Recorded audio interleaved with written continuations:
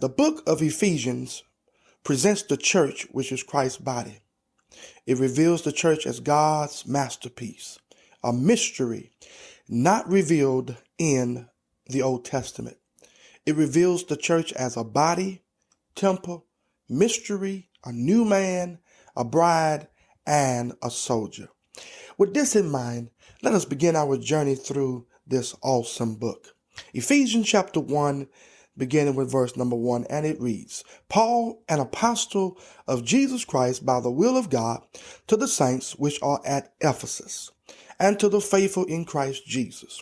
Grace be to you and peace from God our Father and from the Lord Jesus Christ. Blessed be the God and Father of our Lord Jesus Christ, who hath blessed us with all spiritual blessings in heavenly places in Christ. Now, Paul states here that he was an apostle, which is the highest office in the church with supreme authority. And it was by the will of God. He was chosen and ordained as an apostle by God. Then he addressed the saints at Ephesus. Then he begins to share with them some wonderful things. He says here, we have been blessed with all, not some, not a few, not a lot, but with all spiritual blessings in heavenly places in Christ. We are complete in him. Everything that is needed to be like him, we already possess. All we must do is to grow to maturity in him. All right, look at verse number 4.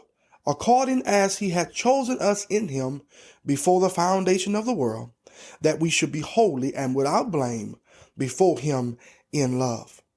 God chose us in him. He chose us to be saved before Genesis 1:1 in eternity past. And his purpose for choosing us was to show forth holiness and for us to live a life above reproach so that the world can see him. All right, look at verse number 5. Having predestinated us unto the adoption of children by Jesus Christ to himself, according to the good pleasure of his will. Now, God planned before the foundation of the world for us to be his children. Oh, that's good news. And he did it because he wanted to do it. He took pleasure in doing so. That's enough to give him praise and glory from eternity to eternity. Amen. Look at verse number 6. To the praise of the glory of his grace, wherein he had made us accepted in the beloved. God has performed a threefold work. He has chosen us in Christ. He predestinated us to the place of sonship, and he has made us accepted in the beloved, Jesus Christ. And it is all because of God's grace. Verse 7, in whom we have redemption through his blood, the forgiveness of sins, according to the riches of his grace. Now, forgiveness depends and demands on the payment of the penalty for sin. Christ's death and the shedding of his blood is the foundation for forgiveness. And without that, there could be no forgiveness.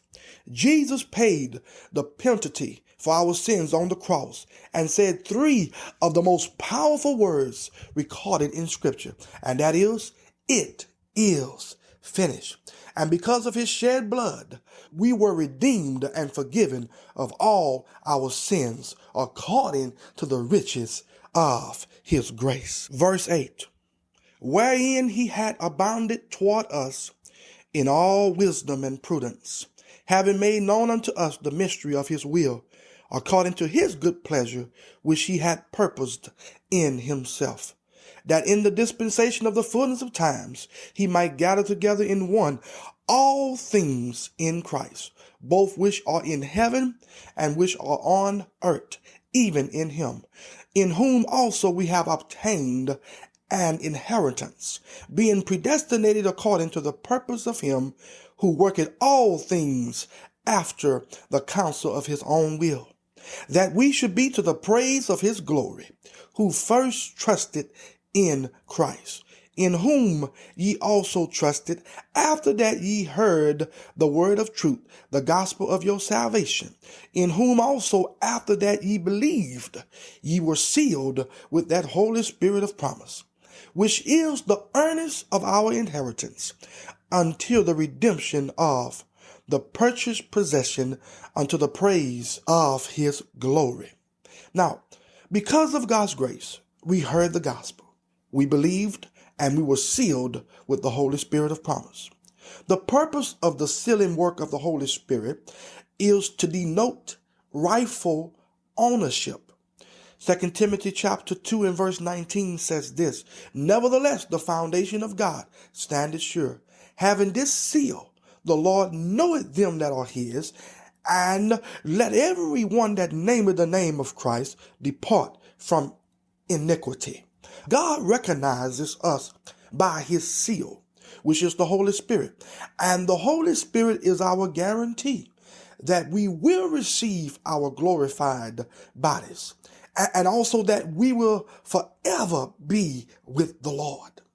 Praise and glory be to God the Father. Oh, hallelujah. Look at verse number 15.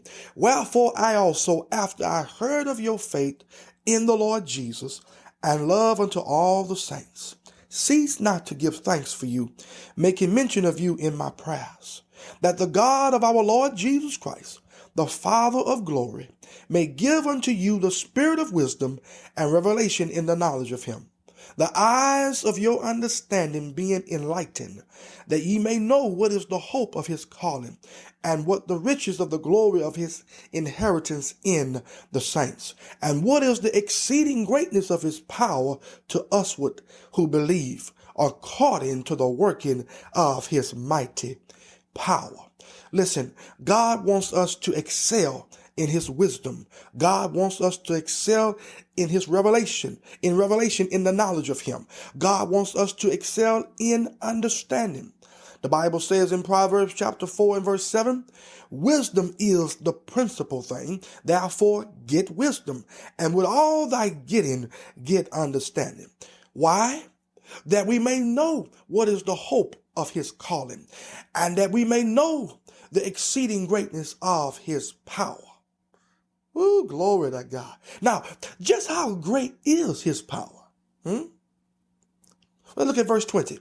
Which he wrought in Christ when he raised him from the dead and set him at his own right hand in the heavenly places, far above all principality and power and might and dominion and every name that is named, not only in this world, but also in that which is to come, and had put all things under his feet, and gave him to be the head over all things to the church, which is his body, the fullness of him that filleth all in all.